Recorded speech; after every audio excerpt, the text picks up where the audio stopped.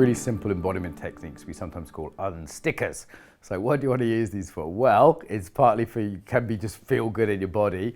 Often I use these when I'm sort of stuck with something, or when I'm coaching, when I have a client that's stuck.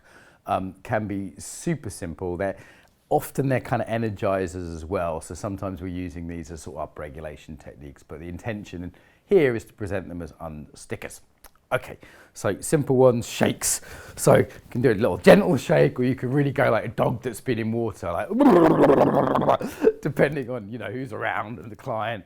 Sometimes it's just like, oh, okay, what are we doing? All right, letting that go. You know, there's a bit of sort of letting go in the body there. With the shaking, there's whole systems that use shaking that are a lot bigger than this, like trauma release shaking and other things that people use. But even just that little shake it off. That can be very helpful for helping people shift moods, or if you're in a training and it's sort of got stuck in a mood that isn't so helpful, or something difficult's happened and you say, right, let's shift the energy, let's shift the mood. Great thing to do, a shaker, okay? So another one, tapping. Again, it's an energizer, but just in terms of getting people back present in their bodies, if they're a little bit spaced out, energizing people, helping people shift modes from where they are, tapping. Like fists is sometimes nice, careful on the heart. Yeah, make sure people aren't sort of beating themselves up too much, but tapping's a good one. And then very simply a tense and release, yeah? So it's tense and release. You can do that with just the shoulders, tense and release. Do that with one shoulder and then the other. Do it slow. Slowing it actually makes it more effective. Or do it fast, yeah? Do it with the whole body and release. Do it with one hand, tense and release.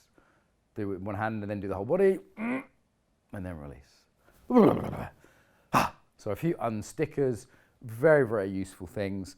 And the last one's maybe a bit more advanced, and I'll show it in a lying down position later on. So this is where we do free movement. So it's a little bit different from just stretching. It often looks more like what's called pandiculating. So I'm feeling the body, I'm noticing the tight spots. I can make a bit of sounding to help, is often quite nice. The idea is releasing tension through feeling, through awareness, through tense and release, through sort of going sideways around it. Finding pleasure in the body, finding tension and letting go of it, moving it out. It's like letting the body unwind, but there's a way in which it's sometimes like letting the psyche and the emotions unwind at the same time. I mean, this is what all freedom practices do. So this is like a sort of mini unstructured freedom practice. And I find as a trainer, I sort of even demonstrate something like that a little bit. It gives people permission to just go, and there's that shake again, yeah? God, I feel better for that. It's amazing how much better you can feel from that sort of thing. Don't believe me though, give it a try. So there's some of what we call our unstickers, moving into a sort of more free-form freedom practice, or process practice, we sometimes call it, for the body.